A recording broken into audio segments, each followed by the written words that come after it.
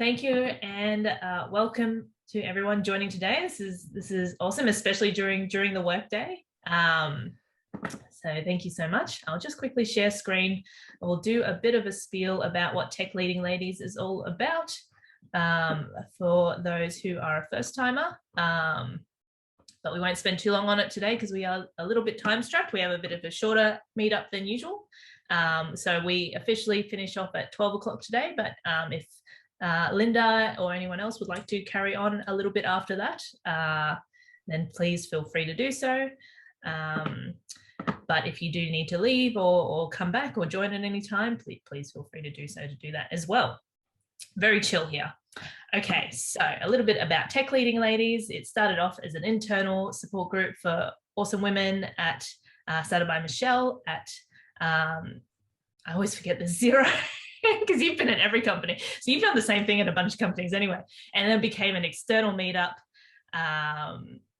and has been an external meetup for 3 years. So super supportive Slack group that run meetups once a month. This is a special edition meetup in between our usual programming because we're really excited to talk to Dr. Linda about her book that was launched at the start of August about fixing science education, which is super exciting.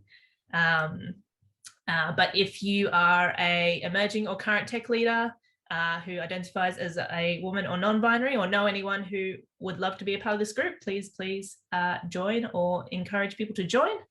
And if someone could, everyone's not in the Slack group, Susan, if you wanted to put a joining link to the Slack group, that would be fantastic. And I have lost my speaker notes. Apologies, give me a moment where I find them again. Oops. All right, so an acknowledgement of country. So most of our attendees are joining from the lands of the Boonwurrung and Wurundjeri Woi Wurrung peoples of the East Kulin Nation. That's Melbourne CBD. And for Matthew, this is something that we do at the start of all our meetups.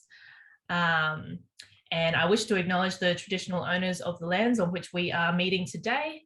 I'm joining in Brisbane, which is the home of the Turrbal and Yagara nations. And I want to pay respects to all the elders past and present of the communities who are here today. Alrighty. So just briefly, please do join us on Slack, follow us on Twitter, and follow us on LinkedIn, whatever you prefer. We'd love to have you here. And the format for today, so we've done our welcome and mingling and various rants about problems in the world. And soon we'll be kicking off introducing Dr. Linda McIver and her fabulous book. And then we will kick off into a Q&A discussion. If you'd like to join the discussion or join the conversation on Slack, please join the channel Meetup Raising Heretics. And if you would like one of these fancy backgrounds, please download it at bit.ly/tll-zoom-bg/member. Okay, a little bit different today to usual. We want to make sure we stay on topic and get through the questions, as many as we can, to make sure everyone gets to ask the questions they want to hear about or have the conversations they want to discuss about. So we're very well practiced, I think, at QR codes now. So here is a QR code. Otherwise, you can access the question asking app called Slido at the URL app.slido.do/event/XD3YLW7Y. It works on mobile, it works on the desktop, whatever you prefer. Okay. All right. So it is our extreme pleasure to introduce Dr. Linda McIver, and we're talking about her book today, Raising Heretics. So everyone, please join me in welcoming Linda. Dr. Linda McIver is a academic turned teacher of teachers, a keynote speaker, a panelist on the TV show Q&A, and now a published author. So I don't know if you published, is this your first book or is this It is my first Yes. book. Oh, congratulations. So now Thank a published author. So Linda, please, I'd love to invite you to introduce your book briefly before we get into it. Yeah, so everyone please join me in welcoming Linda's. Yay, mute claps. Thanks so much, All Lauren. right, I'll stop sharing. Okay, so the introduction to Raising Heretics. My whole career has been about teaching kids to program and trying to make that easier, trying to figure out why it was hard and all those kinds of things. And when I was a secondary teacher, I found that the biggest thing, which is also something I found in my PhD, the biggest thing was not the particular language or the particular teaching technique. It was the kids had to want to do it. And so, you know, as with all teaching or all learning, motivation is 100% the key factor. And I found that when I was teaching with real projects, so getting the kids to do things with real data sets or actually solve real problems, they were super motivated. And I started doing that in my in my year 11 subject, where I had my first group of year 11s when I was a teacher doing cancer research. And I sort of figured, okay, you know, like I'm done, I can quit now. I'm never going to top that, doing cancer research in year 11 and actually making a real difference to a researcher's work. Like, just wow. That was in 2011, and that code is still being used. But actually, it didn't matter what the topic was. So it didn't matter whether it was cancer research or psychology or astronomy or marine science or ecology. It just mattered that it was something real and the kids felt that they had a chance to make a difference. And I figured when I started teaching my year 10s, that stuff took me a while to get permission to do that. And that was a whole saga, which you'll see some of in the book. When I started teaching the year 10s, that stuff, I realized that actually it wasn't about learning to code. Like, learning to code is great. I'm a computer scientist. I want everyone to learn to code. But that wasn't the most important thing the kids were getting out of this. The most important thing the kids were getting out of this was data literacy and critical thinking. And they were so motivated, so much more motivated than when we were doing the stuff that was, you know, allegedly fun, like having robots follow lines and push each other out of circles and drawing pretty pictures and all that kind of stuff. As soon as we started doing something real, they were so much more motivated, and they would come to me, and instead of saying, why are you making me do this? I hate this. It's not relevant to me. They were coming to me going, oh, this is so important and it's so useful. And I used it for my science project, and I used it in my maths exam. And more importantly, oh my God, there was this graph that they showed on the news the other night, and it was outrageous. There wasn't a 0 on the scale, and it was so misleading. They were super into it, and they were applying it to their everyday lives. And that's when I knew that this was something that needed to spread. And so I quit teaching and started the Australian Data Science Education Institute as a charity to try to get these opportunities to all kids around Australia and eventually around the world, not just the kids in my classes. And the more I did that, the more I focused in on this whole idea of doing something real and teaching these critical thinking and evaluation skills. And one of the most important aspects of the projects that we do is that the kids, there is no right answer. So they can't just look in the back of the textbook and say, did I get it right or wrong? They can't just ask the teacher and get, 100% or not. They have to actually evaluate their work and figure out for themselves where it works, where it doesn't work, what are the issues. As with any problem that we solve, you have to ask yourself, who's helped by this and who is harmed by this, who's included and who's not included, and all those kinds of questions. Suddenly, these are things they learn in every project that they do, instead of being things that they get out into the real world and are suddenly struck with or not struck with, and that they never actually learn. So that's the really important part of the work that I do. And when I started, when we went into lockdown last year, I figured, okay, now's the time to write a book, because suddenly I'm not traveling and doing, a million different things every day. And that's the origins of Raising Heretics. It's really about teaching kids to be critical thinkers who challenge established wisdom, but in a rational, evidence-based way. Yeah, thank you for that introduction, Linda. And that I just wanted to do, if you don't mind, a brief kind of talk about my takeaways from the book, as I'm a non-parent, but I've volunteered in Robo Girls and Girls in STEM programs, and volunteering at schools, and I've done all of those teaching software programs that you say are playing with toys and just don't work. And I've seen it firsthand, and reading that and going, that's so validating. Like, I watch the kids who do really well and the kids who really struggled, and just going, is anyone measuring this? Like, is this just a couple of kids that are good at it and making it, and the rest of the kids going, nah, I'm not a programmer, I'm not a scientist, I'm not a, yeah. So that was something that really hit home for me. And another one is your segment on evidence. Like, hypothetically, if we were being more evidence-based in the world, in medicine and politics and education, like, what would the world be like? And it's just couldn't have come at a more appropriate time.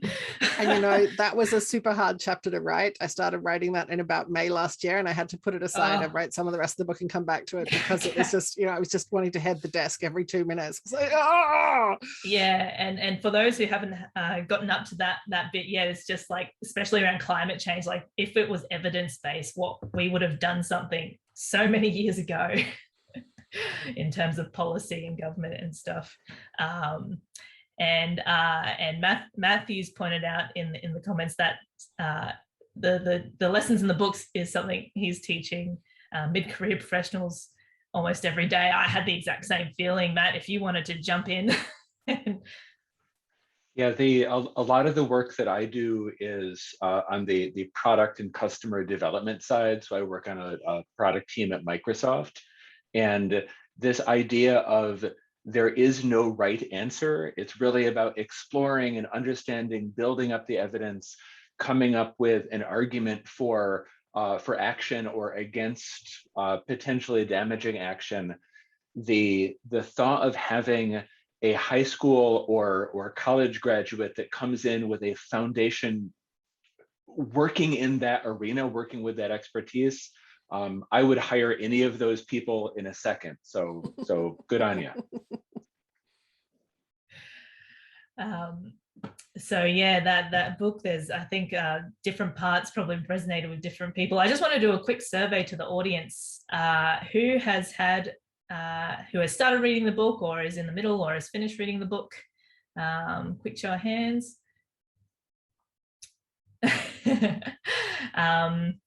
And I'm assuming everyone else has not had a chance to read the book yet, but I'm waiting for the audiobook, Linda. I'm dyslexic. Accessible education, please. I'm doing my best, Joe. It's going to take a while. Michelle said the same thing. I'm a big Audible reader as well. But I'm just lazy. That's all. I prefer to, be able to walk and listen. I listen to the authors who narrate their own Audible books. They talk a little bit about it afterwards. It sounds so grueling. All right, so on that note, I would love to dive into the questions. So I've put the Slido link for anyone who wanted to chuck questions in there. If you wanted to vote on any questions, we'll kind of go through them as per vote or order. Love to get around to everyone's questions. We've put a few pre-prepared questions in there just in case we run out of audience Q&A to talk about. But please vote on any of those if you would like to ask. Oh, lots of votes. All right, thank you.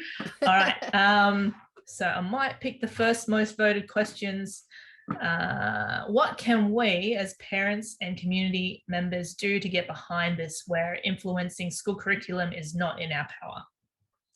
So there's a bunch of things. First of all, I am not the only teacher to have come up with these ideas, and I'm not the only teacher doing amazing work. So find the ones that are and support them and promote their work, and uplift their work and praise them to their principals, and really try to get the idea across that this is important stuff.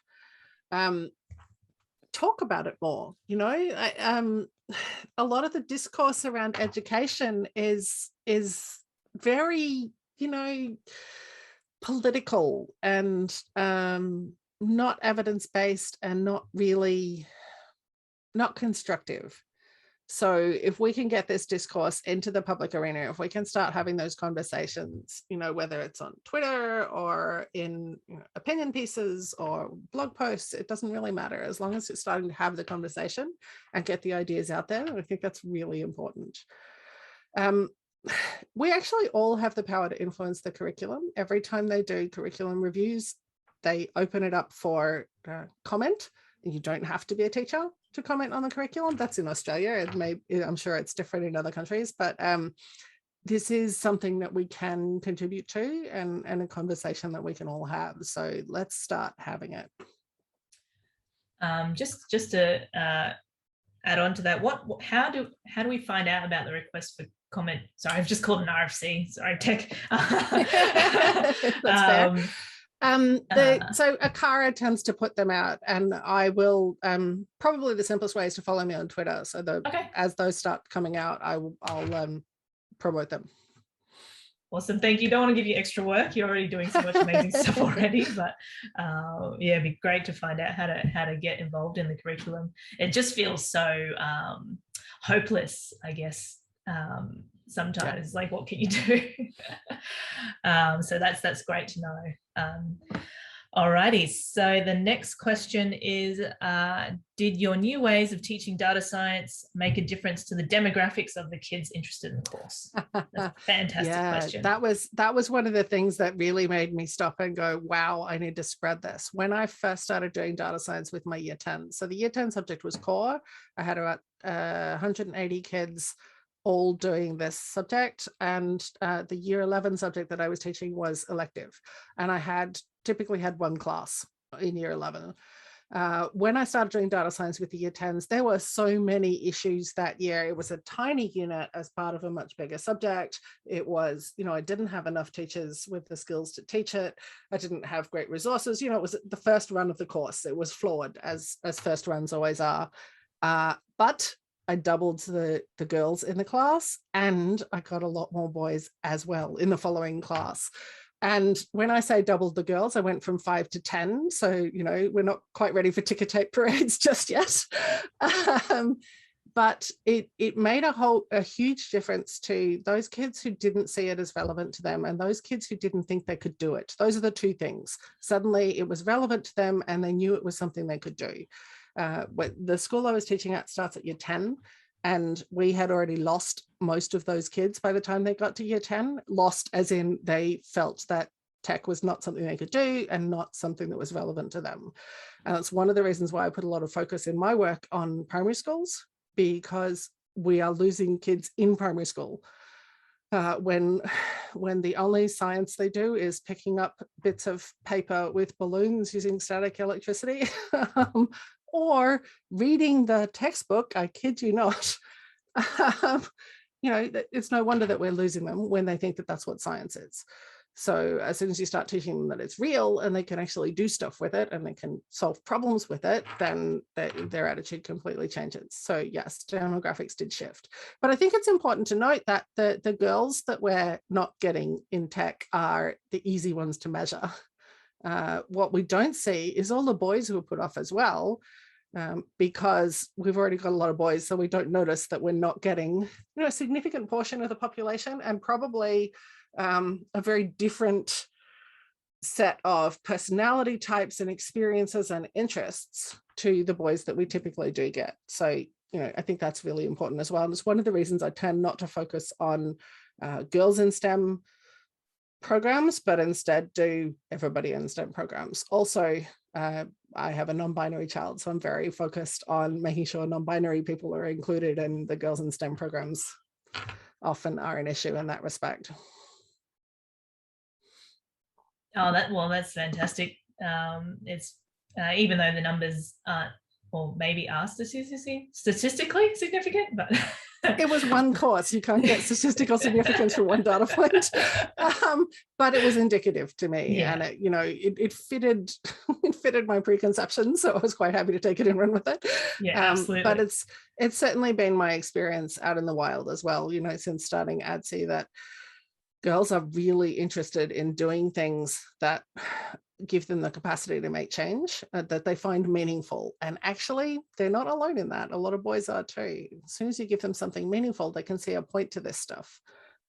So we're not now preaching to the kids who are already interested. We're preaching to everybody. That's just awesome. All right, so the next question is, what can parents, adults do to encourage kids to start thinking in a more evidence-based manner? So I guess non-teaching stuff, what can you do at home or with your relatives or with your friends' kids? There's absolutely no reason you can't do these kinds of projects at home. So if the kids have an issue, whether it's around the home or around their local community, get them to measure it. Figure out, how big of a problem is it? Kid says my room's too hot and everybody else's, the rest of the house is cold. Measure it, get a temperature sensor in there and start making recordings and actually, apply some data science to it. It's just measuring things and then analyzing those measurements and seeing if you can fix it. And then this is the key part, analyzing it again. And often, if you fix the temperature, you've actually only fixed it for one part of the day. Suddenly the sun hits the window at 2 o'clock in the afternoon and, your fixes all completely fail, things like that. So it's about, continuing to measure it and track, when does it work? When does it not work? Again, you come back to that idea that no solution is perfect. And the trouble is that the solutions to classroom problems often are perfect because the classroom problems are toy and sanitized and simple.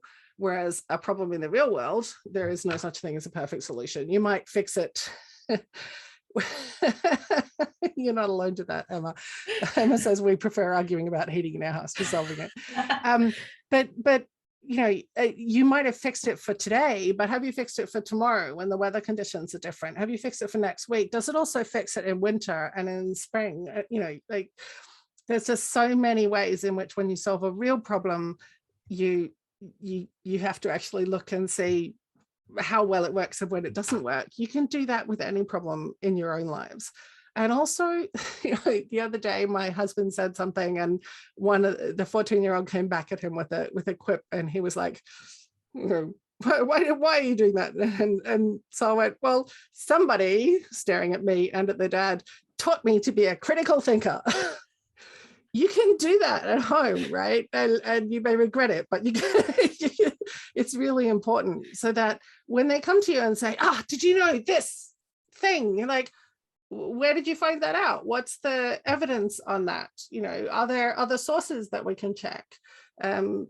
Actually investigate things and challenge things. And, it's a really powerful thing just to do that around the dinner table.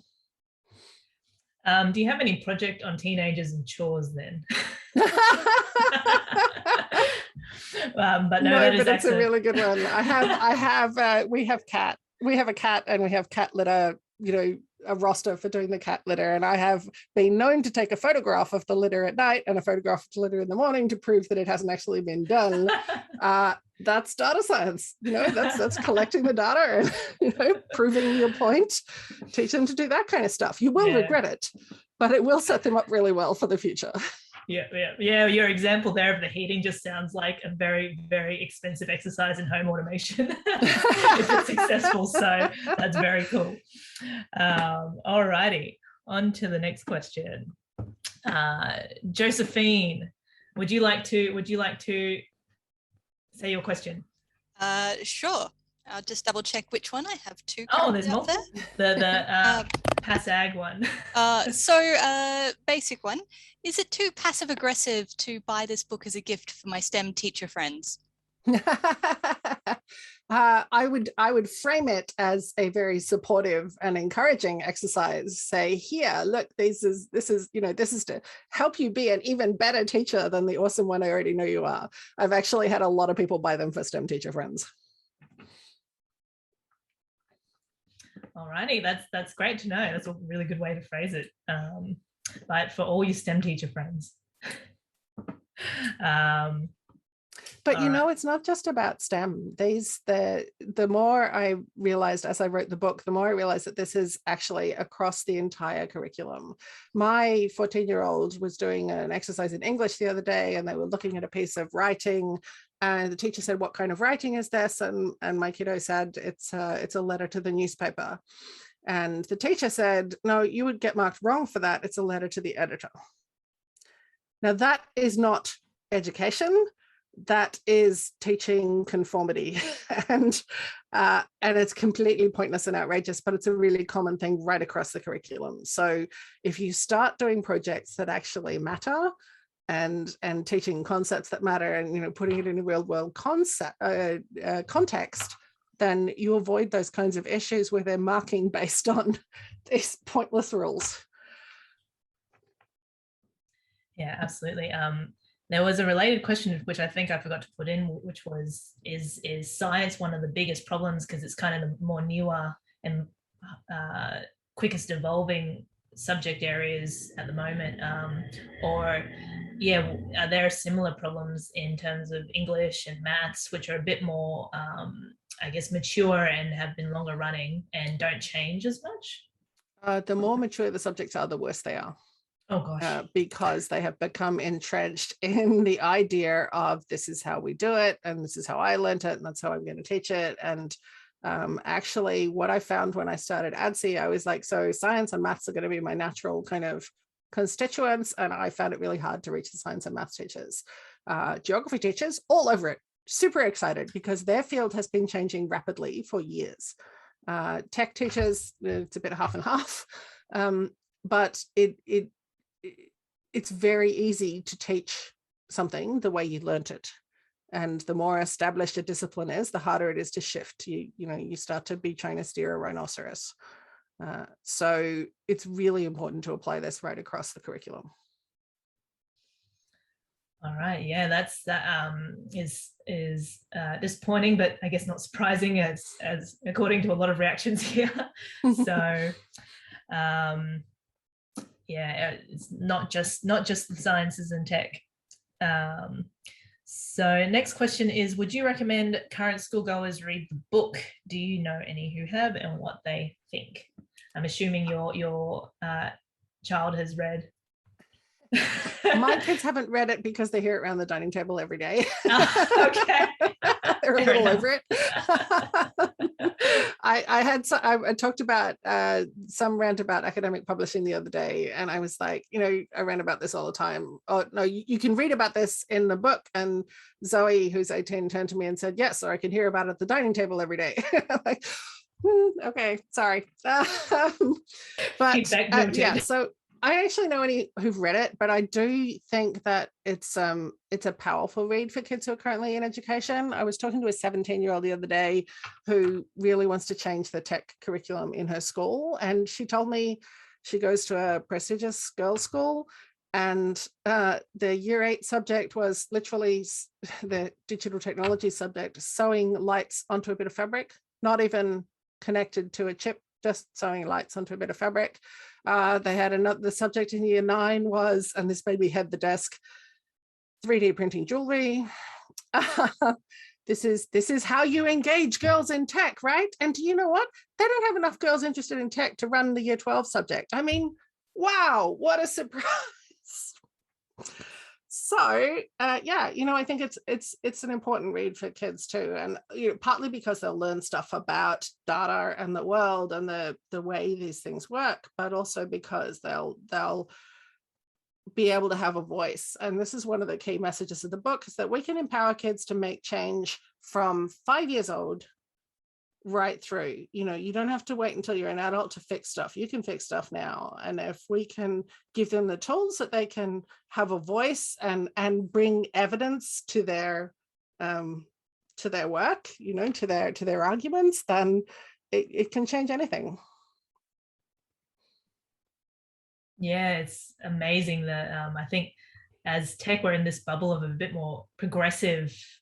So we all kind of roll our eyes and shake our head at the jewelry thing. But when you talk to people in other industries and teachers, that gender bias, girls play with this and boys play with this, and is amazing how normal that is for them still. Yeah. That kind of conversation hasn't even begun in those communities yet.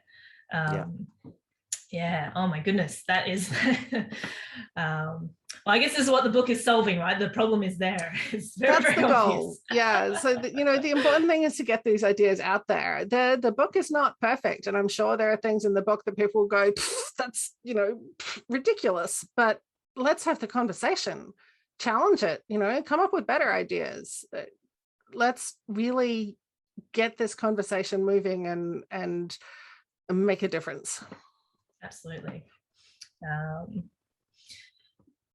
All right, so another one of Josephine's. Would you like to, I'll read it out for you and then you can unmute. What is the biggest takeaway you'd like audiences to have fun? Sorry. What is the biggest takeaway you'd like audience to have from reading the book? All of them. I think the most important thing is that kids want to do real stuff.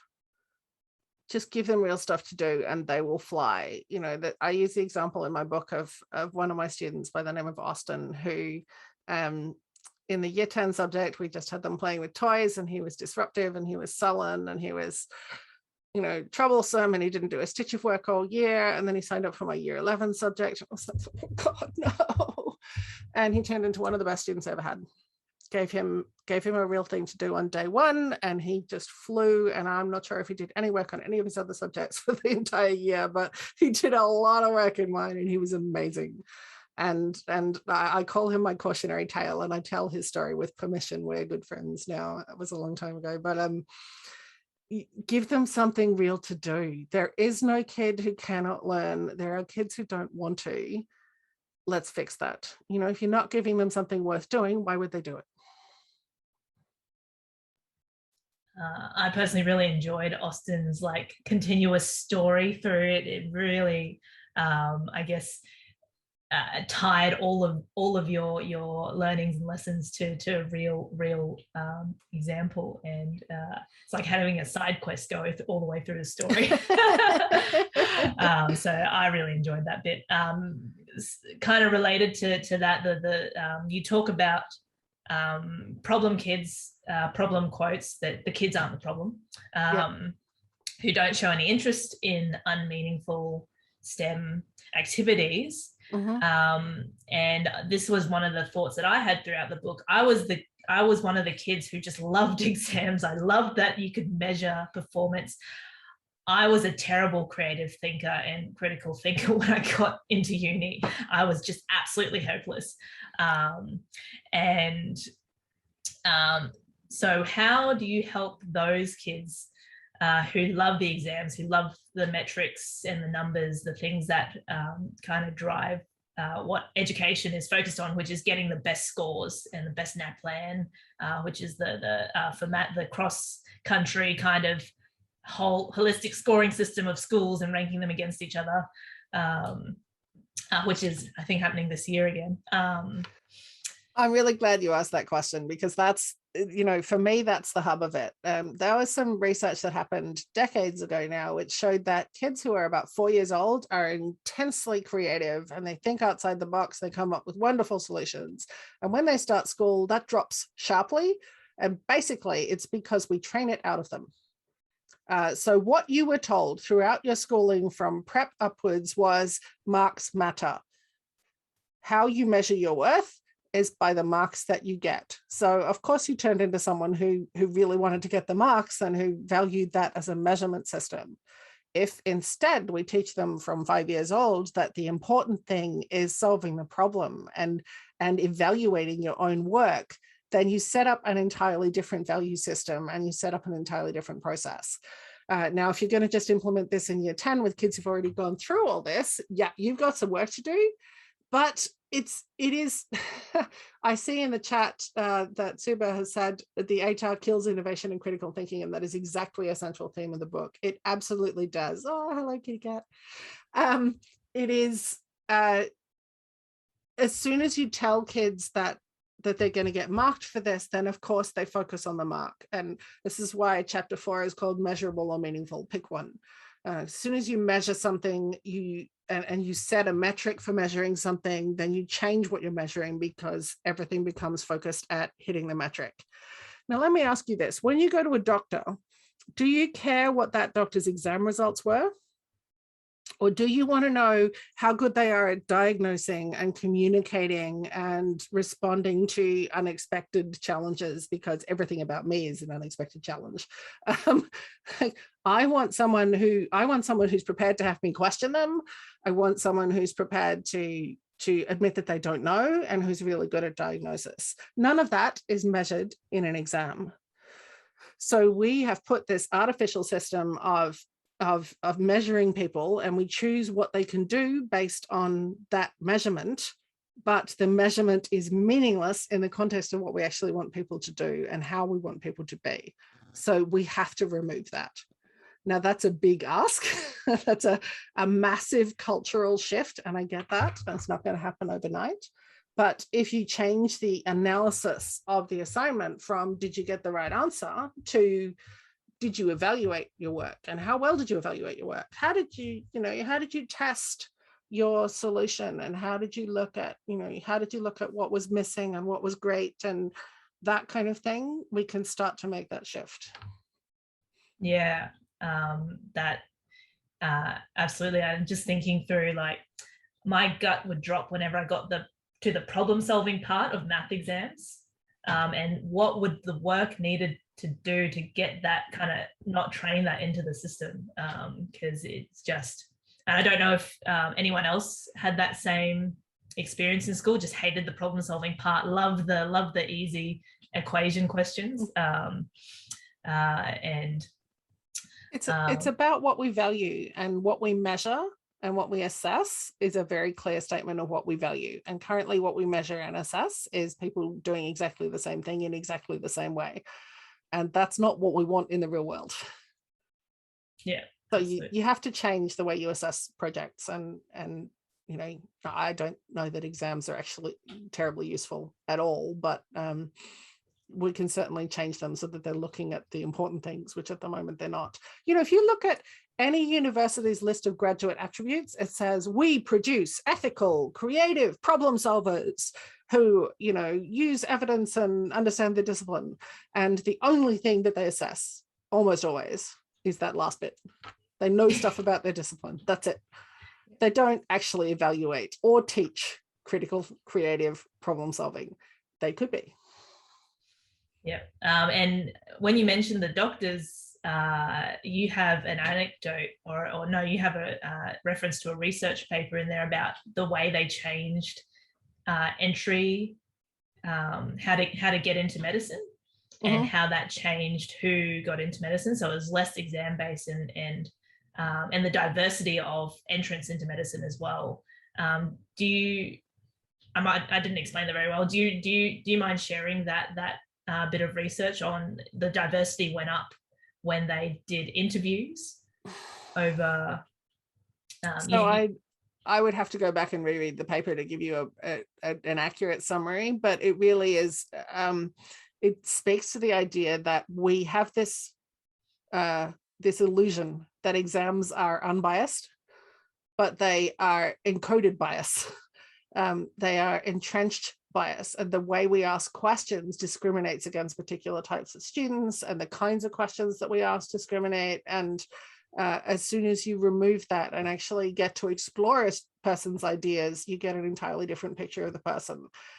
My kids and I often do badly on exams because we interpret questions differently. I keep telling them, this is a really good feature. This will stand you in great stead. I'm really sorry it sucked on this exam, but it's really useful in the real world. Why are we not valuing the things that are really useful in the real world? Zoe had a question, and I think this was in the book once in maths. The question was, you have $300 and you put it in the bank. Is this a positive or a negative transaction? And she was like, that makes no sense. It's neutral from your point of view. It's positive from the bank's point of view. It's negative from your wallet. What are you actually asking me? Whereas most of the other kids in the class just put whatever answer was expected. I don't even know what it was because I can't make sense of that question. Yep. Someone asked, you just said meaningful, which made me think of your chapter about measurable and meaningful, which you mentioned just before.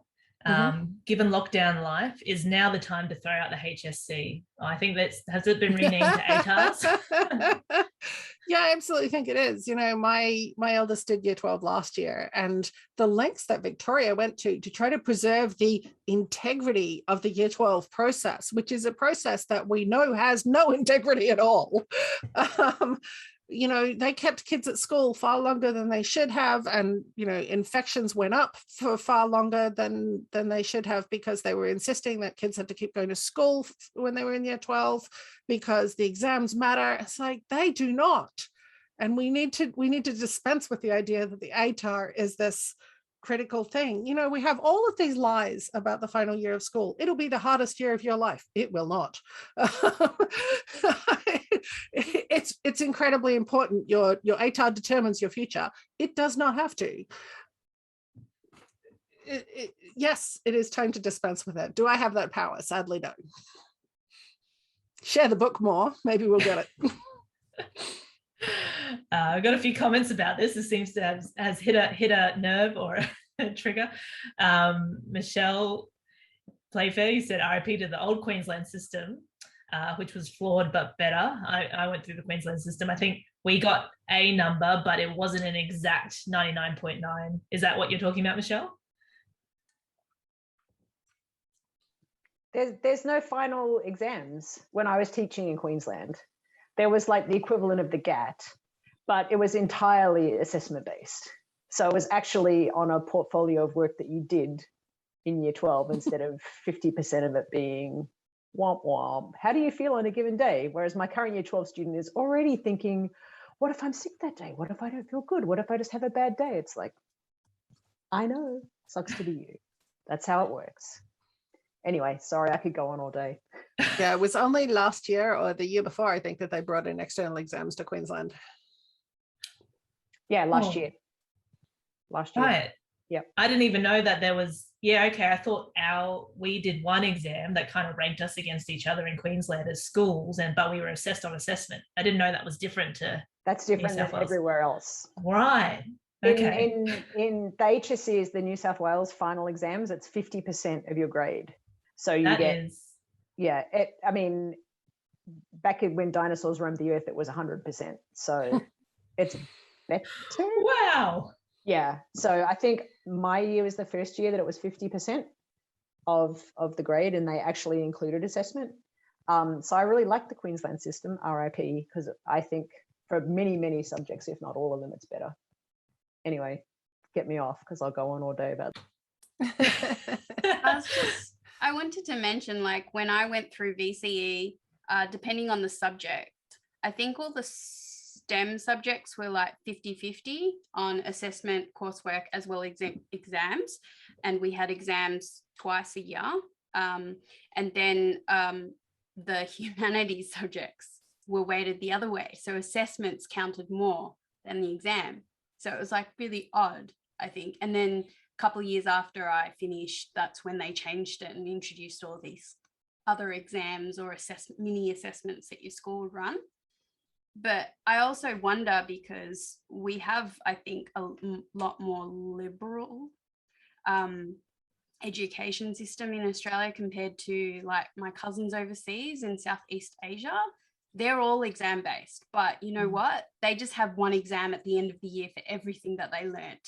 So you have to I think that pressure is intense. And then I remembered my mum saying that when she went to school, she had to do an exam for 3 years worth of education.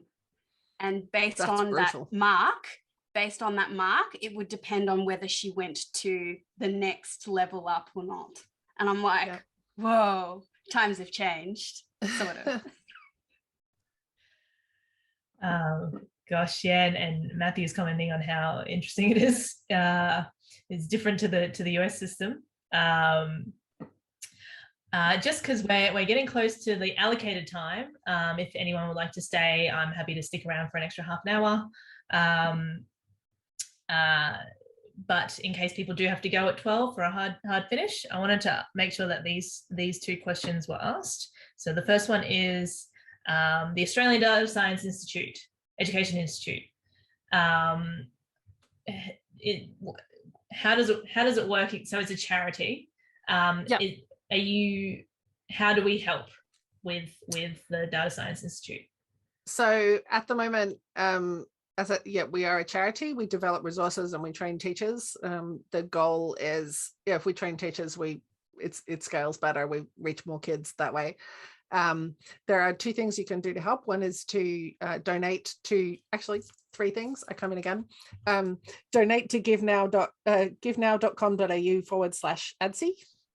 You can send me really interesting data sets, preferably with annotations that explain how they were collected and what they mean and stuff, because that's actually the hard work, is making sense of them a lot of the time. And the third way is buy the book, talk about the book, share the book. All right, awesome. We'll make sure we've got those jotted down somewhere for reference in the future, and for people who couldn't make it today as well. And that leads on to the next question. What is the best way to buy the book from Josephine? Very thoughtful, which supports you as the author the most? Wonderful question, Joe. Thank you. It doesn't actually matter. All of the ways that it's now available online are really good. It's just go out there and get it and share it and talk to people about it. And I don't care if you buy 15 copies or buy 1 copy and share it to 15 people. Like, just get the ideas out there, have the conversation.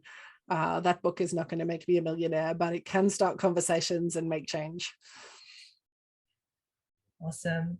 All right, we'll make sure that, so those links to buy are in your blog, or we'll make sure we share them so that everyone can share them around easy and get their copy or multiples of copies.